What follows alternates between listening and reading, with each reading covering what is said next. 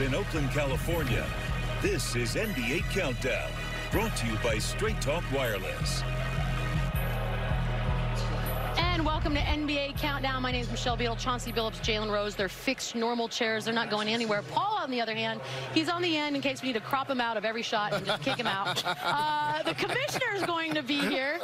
You need to be on your best behavior. All right, you guys enjoying the series so far? Absolutely. It's the first time I've seen, after 3 games, both teams win a road game in the finals. And also see the Golden State Warriors actually pushed in the NBA Finals to the point where they lost the home game. Push. So we haven't seen since the They've been dominated. They've lost 10 out of 12 quarters, Jalen. Have you been watching? Yes, I have. Whoa, save the good stuff because we got I'm still missing Kevin Durant, though. We need to get down to somebody who also knows many, many things about the series. The lovely and talented Doris Burke. What's the latest, Doris, on all these injuries? Hey, guys. Well, the Golden State Warriors medical staff is quite comfortable with where Klay Thompson is physically. The only thing they will be watching early tonight is whether there's any compensation or uncomfortableness. But frankly, they do not expect it. He has made incredible progress. Kevon Looney is the one who pushed for a second opinion, and that's why he will hit the floor tonight. This is a young man that's got to play in case DeMarcus Cousins has another struggle. But Kevon Looney, who was ruled out initially, is good to go, Michelle. All right, that is they're not gambling on this one. Klay's game, look, it's all about movement with him. On offense, he covers about 1.5 miles on the court. On defense, and I know Jalen loves that, about 1.1 miles. Only player to rank in the top 5 in both. The lockdown defender and a range shooter. But I have to also talk about another guy real quick who's dealing with an injury.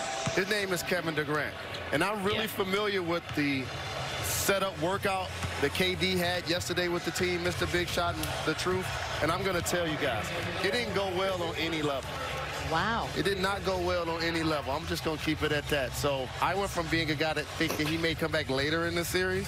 Now a guy I feel like he might not come back at all. It ain't happening. It ain't happening. Chauncey, the Raptors, as far as game 3, they did a lot of things right. I need you to be specific on what needs to happen tonight again for them. Well, there's one thing that they did just beautiful. Their offense was awesome. They got a lot of contributions from the starters. But they extended their offensive possessions, which means you don't shoot quickly and give this team, the Warriors, a chance. Look at Kyle Lowry saying, everybody calm down. It's only 14 seconds. It's okay. Take your time. They get into a pick-and-roll action right here. Marc Gasol did a very good job of being a secondary playmaker.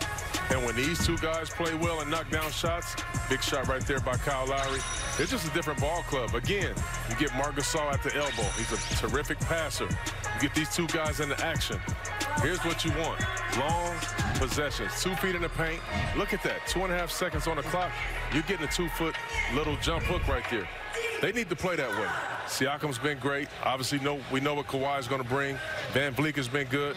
But when those 2 veterans play well, Kyle and Gasol, they're just a different ball club. And, Paul, you've picked Toronto the entire way here so far. What's the message in the locker room before this game? If I'm a leader or a captain in that locker room, I'm telling these guys, look, we got the momentum. Guys, we're not coming back to Oakland. And you know what that means? That means we getting tonight. We got the momentum. We got the confidence. We know we can play with these guys in this building.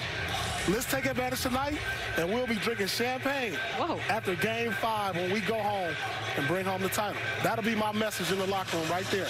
We're not coming back to Oakland, fellas. I like when Paul says, if I was a leader. If I was. In that locker room. We're not even done. Klay Thompson missing game 3, the 2nd worst loss for the Warriors in the Steve Kerr era. So as you know, there was no way he was sitting out tonight, and that's been all the talk for the last few days because the man wants to play. There he is. Look at you guys. Are you trying to, like, read the hamstring, see if it's... He looking good to me. I lost him out there. Seems like he's ready. Kawhi Leonard's made an impression on anyone, including Commissioner Silver joining us next, but his teammates' impressions might actually be even better. Claw. You can come from scoring, I don't know, 45, 48 points. Good game, bro. Appreciate it, bro.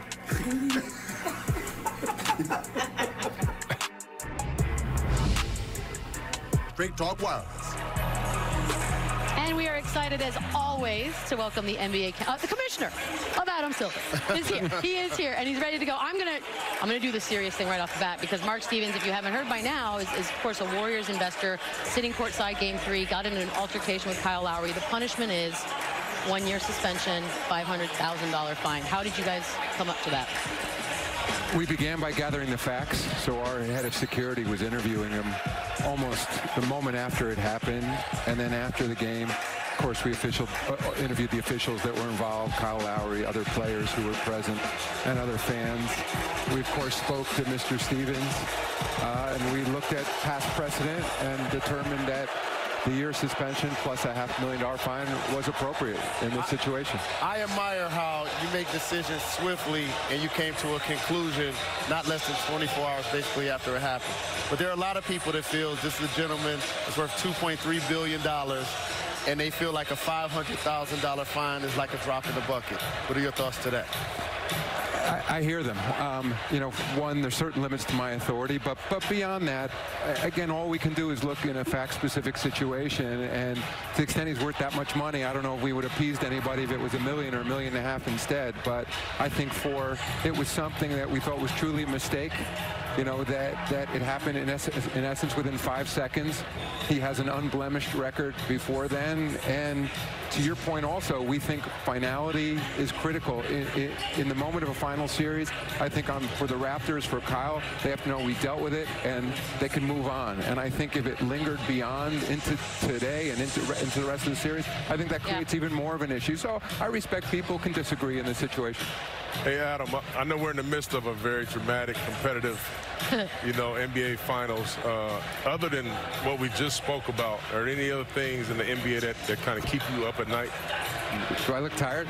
I know, right? What are you doing, Chauncey? Hey, listen, this is a very stressful situation. Living in the East and late games in the West. I mean, honestly, you know, I think we saw from the other day, there's always, you guys have been around the league for a long time. There's always things that are going on. And so there's a lot that keeps me up, honestly. I think it's an exciting league, but these are real people involved in real situations. It's a global business. I think things that are happening geopolitically, when the Game of Thrones, frankly, was canceled in China, there was a part of me that said, oh, wow, we have a huge business there. So I'm looking at everything all the time, and I'm not sleeping all that well these days. But Chauncey didn't mean anything by it. He's just weird sometimes. Adam, we got a little time left. Oh, this is so I'm going to make a pitch since we got you here. I have an idea for All-Star Weekend Slam Dunk Contest. To make it better, my pitch is you get 3 YouTube dunkers against 3 NBA dunkers. You get the best car out there, Ferrari, Bentley, put it at half court. Winner takes all. Right there. I think that'll make the dunk contest a lot more exciting for us and the fans. All right. I've been waiting to tell you. I mean, this is the first good idea he's ever had.